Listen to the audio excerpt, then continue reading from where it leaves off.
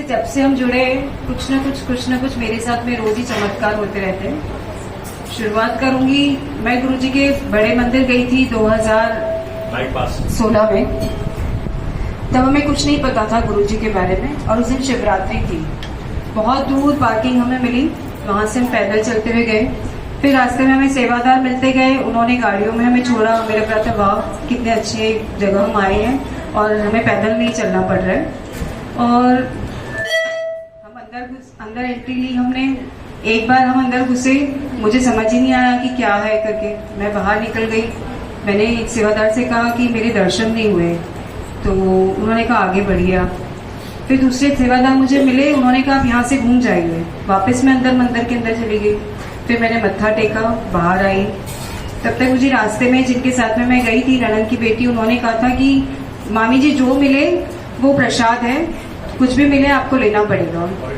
मैं कभी चाय नहीं पीती हूँ, लेकिन वहाँ चाय आई। मैंने कभी ब्रेड पकौड़ा नहीं खाया लाइफ में, वहाँ ब्रेड पकौड़ा आया, वो सब मैंने ले लिया। मुझे कुछ भी नहीं हुआ, और मुझे इतना अच्छा लगा कि गुरुजी के दरबार में जो मिल रहा है वो सब प्रसाद है और वो सब हमें लेना है।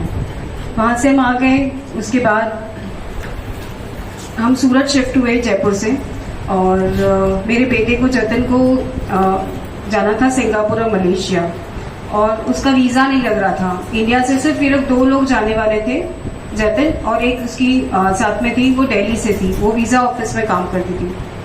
तो उसका वीजा नहीं लग रहा था। अब अगले दिन उसे जाना है, वो यहाँ से बॉम्बे चला गया मेरे हस्बैंड के साथ में, और उसके बाद में मैं परेशान कि उसका वीजा नहीं लगा। हमारी बिल्डिंग में मेरी एक फ्रेंड रहती हैं, वो गुरुजी की बड़ी भगत है, उनके घर पे सत्संग होते रहते हैं। उनके यहाँ पे मैंने दोबारा सत्संग अटेंड किया था, तो मुझे लगता था कि उनसे कुछ बात होती है तो हो जाता है मेरा काम। लेकिन उस दिन अचानक ही मेरे मुंह से निकल गया कि जतिन ने कल जाना है और उसका वीजा नहीं हुआ। उन्होंने कहा गुरुजी सब कर देंगे। पता नहीं मुझे इतनी तसल्ली हुई, मैं एकदम निश्चिंत होकर सो गई।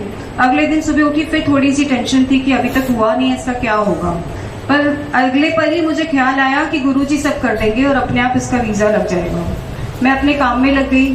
फिर 3 बजे मैं थोड़ा सा फ्री हुई। फिर मैंने कहा कि गुरुजी अब तक हुआ नहीं है इसका, पर विश्वास अगले मन में ये चल रहा था कि गुरुजी करवा देंगे। जो वीजा करवाने वाले थे उनसे मेरी बात हुई। उन्होंने कहा अच्छा आपके बेटे का ये मुझे पता है, मैं कुछ देखता हूँ। और मैं अपने काम में बिजी हो गई। 6 बजे जो वीजा करवाने वाले हैं उनका मेरे पास मैसेज आया कि आपके बेटे का वीजा लग गया है, कॉन्ग्रेचुलेशंस। अब उसके 9 साढ़े 9 बजे करीब कुछ जाना था, और 6 साढ़े 6 बजे मुझे ये पता चला। जो उन लोगों के बीच में भगदड़ मची है, क्योंकि जतिन होप खो बैठा था कि मैं जाऊंगा, और वो लेट गया। अब जो ये लोग भागे हैं, जो भागदड़ हुई है, और उसके बाद जो ये पहुंचा है वहां पर, और गुरुजी ने इसको इस तरह से भेज दिया। और जो वीजा ऑफिस में जो लड़की इसके साथ मतलब जो जाने वाली थी, जो काम करती है, उसका वीजा नहीं लगा, सिर्फ अकेले जतन का वीजा लगा। और वहां जाके इसका फोन बंद, और मन में हमारे 100 विचार आए कि क्या पता ये सो गया, ये क्या हुआ, हम कहाँ बात करें, कौन से एयरपोर्ट बात करें। बैंकॉक लेओवर था इसका। पर मुझे अंदर ही अंदर विश्वास था कि गुरुजी सब सही कर देंगे, और गुरुजी ने इसको आराम से भेज दिया।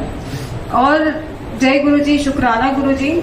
और भी ऐसी कई चीजें हैं जो गुरुजी ने मिनटों में ऐसे निपटाई है मेरी, कि मुझे लगा कि ये चीज नहीं हो सकती है, लेकिन अंदर से विश्वास रहता कि गुरुजी कर देंगे, और गुरुजी ने कई बार वो चीजें की है मेरे साथ में। तो पल पल शुक्राना गुरुजी। और कभी मौका मिलेगा तो और सत्संग सुनाऊंगी। धन्यवाद। जय गुरुजी, शुक्राना गुरुजी।